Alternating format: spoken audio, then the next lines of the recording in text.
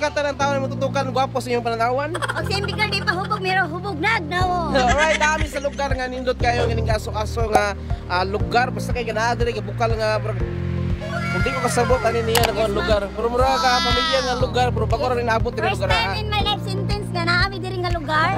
Kasi nga mura ka maigno ka dali ba? Kay gaaso siya pero wala naghaling. Oh, nindot kay nga lugar.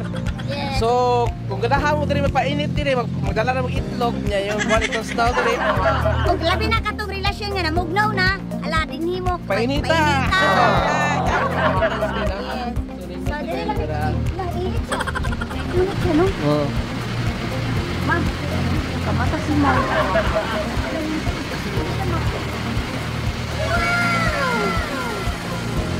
So, ni bukal na ang guwan, ang giinit sa ilaw. Kumano siya, bukal-bukal. Uy, gablog ka dahil.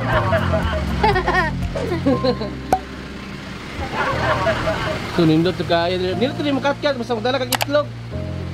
Kaya, maapil ang kaloto, hasta mo ng... Dali mo itlog dito. Bit. Sa picture na lang.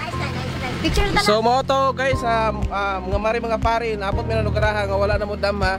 So, salamat sa salamat sa Salamat kayo gahaton minsan nagdala na mo diretso. Kaya naabot mi diri, kung may naabot diri, hindi may maabot diri.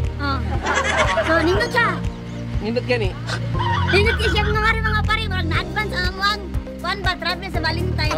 So dili namin mo gawas sa Valentine, amo na lang pag ipasulod. Pasulod na.